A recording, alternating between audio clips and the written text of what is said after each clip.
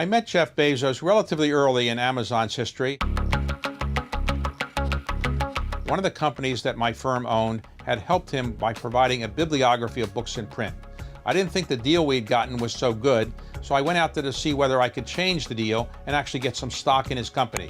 He said, well, he didn't need us as much now as he did a year or so before, but because we were helpful, he did decide to give us some stock in his company. We actually didn't have that much faith in the company, so when he took the company public, we sold our stock. That was our biggest investment mistake. That stock today is worth $5 or $6 billion. I wish I'd held on.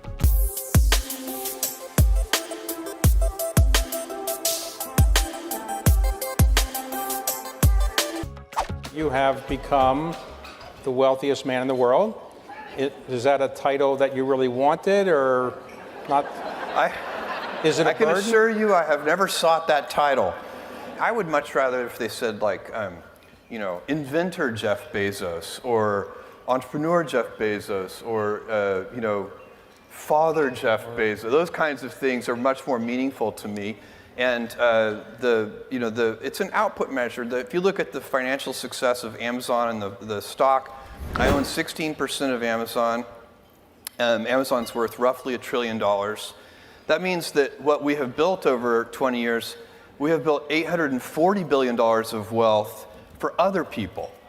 And that's great. That's how it should be. I believe so powerfully in the ability of entrepreneurial capitalism and free markets to solve so many of the world's problems. Not all of them, but so many of them. So you live in Washington State, in Seattle, or outside of Seattle.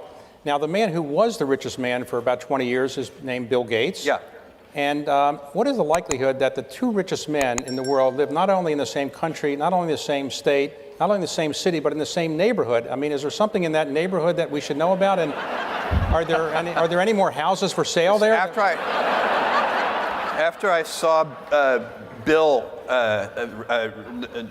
not too long ago, we were joking about the world's richest man thing, and I basically said I said you're welcome, and he immediately turned to me and said thank you.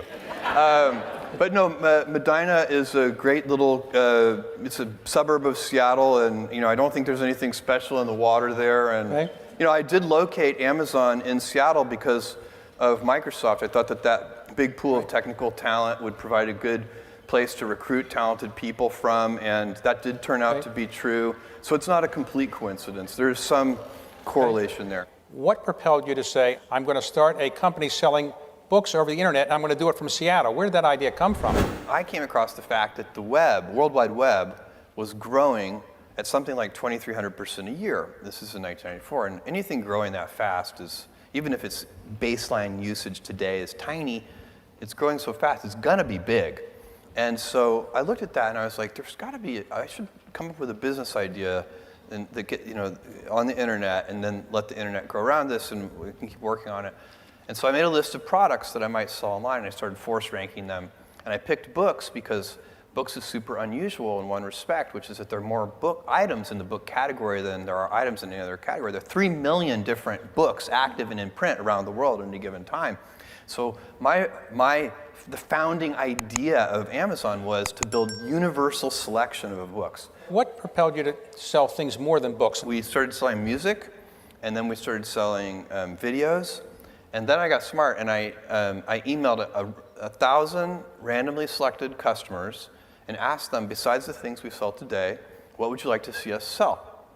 And that answer came back incredibly long-tailed. The way they answered the question was with whatever they were looking for at that moment. So like I remember one of the answers was, I wish you sold windshield wiper blades because I really need windshield wiper blades.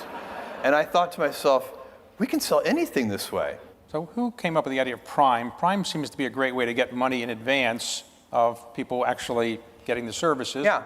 Whose idea was that? Actually, it's very interesting. So like many inventions inside of a team, and I love team inventing is my favorite thing. So I tap dance into the office. I love Amazon. I have so much fun there. I love Blue Origin. I love the Washington Post.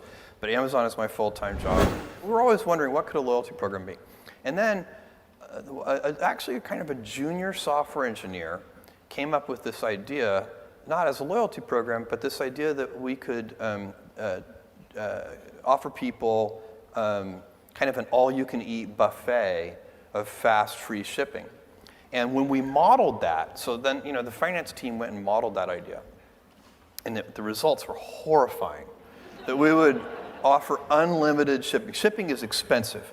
And customers love free shipping. But we could see, again, back to that, you have to use heart and intuition. There has to be risk-taking. You have to have instinct.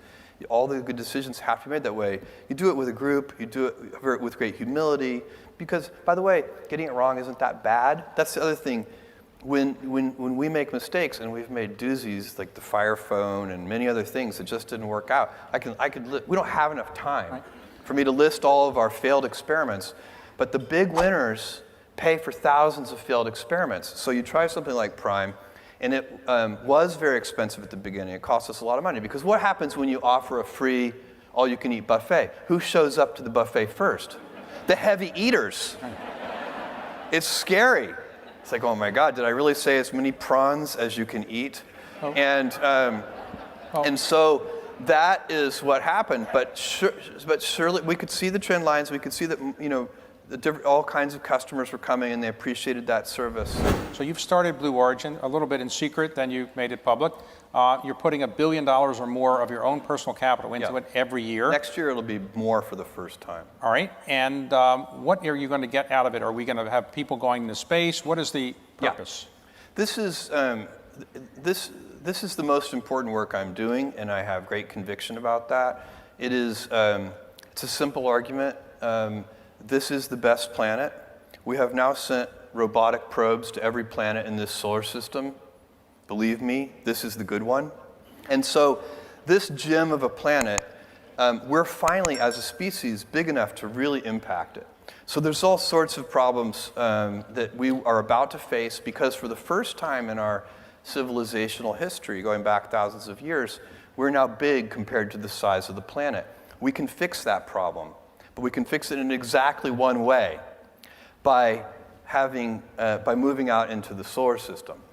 And so I want to build space infrastructure so that the next generations of people can use that infrastructure the same way I used UPS and FedEx and so on to build Amazon. And so that's what Blue Origin is all about. Right. So do you ultimately want that to be your legacy, or Amazon, and what would you like to have as your legacy? World's oldest man. That's a famous line I like, but the real thing is, it'll be whatever it's going to be. I'm going to be proud of the things I live my life in such a way that when in a quiet moment of reflection and I'm thinking back on my life, that I have as few regrets as possible. And I don't, what will my legacy be? I have no idea.